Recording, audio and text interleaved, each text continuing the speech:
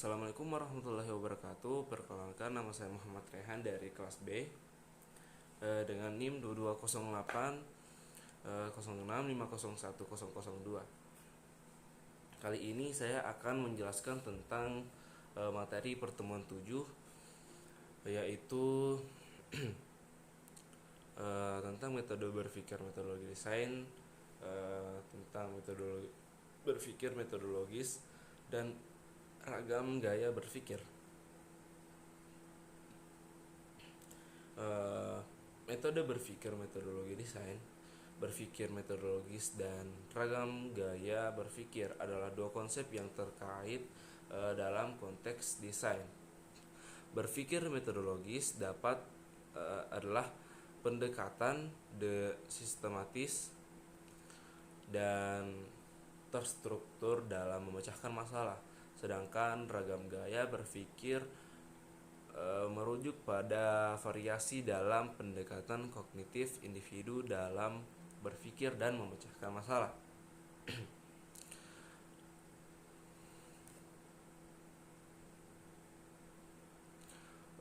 Berpikir metodologis adalah pendekatan berpikir yang terstruktur, sistematis, dan logis dalam memecahkan masalah dan melibatkan penggunaan metode dan langkah-langkah yang terdefinisi dengan baik untuk mengidentifikasi, menganalisis, dan merancang solusi. Pendekatan berpikir metodologis membantu dalam memastikan bahwa pemecahan masalah dilakukan secara terorganisir dan efisien.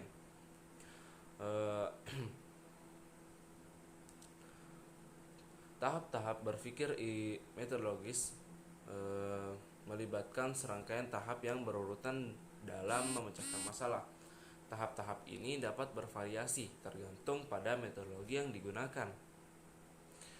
Namun secara umum melibatkan identifikasi masalah, pengumpulan informasi, analisis, generasi ide, pemilihan solusi, dan implementasi setiap tahap. Memiliki tujuan dan langkah-langkah spesifik yang harus diikuti untuk mencapai pemecahan masalah yang efektif. Yang ketiga adalah ragam berpikir. Ragam gaya berpikir merujuk pada perbedaan dalam pendekatan kognitif individu dalam berpikir dan memecahkan masalah. Setiap individu memiliki preferensi dan kecenderungan dalam cara berpikirnya. Beberapa gaya berpikir umum termasuk berpikir analitis, berpikir intuitif, berpikir kreatif, dan berpikir sistematik. Gaya berpikir yang berbeda dapat mempengaruhi cara seseorang mengumpulkan informasi dan menganalisis masalah dan menghasilkan solusi. Yang keempat, pengaruh ragam gaya berpikir dalam desain. Ragam gaya berpikir dapat mempengaruhi pendekatan desain dan solusi yang dihasilkan. Misalnya, individu dengan gaya berpikir analitis cenderung fokus pada pemecahan masalah logis dan penggunaan data, sementara individu yang berpikir kreatif lebih cenderung memunculkan ide-ide baru dan solusi inovatif. Memahami ragam gaya berpikir dalam tim desain dapat membantu memperkaya perspektif dan ide-ide yang dihasilkan.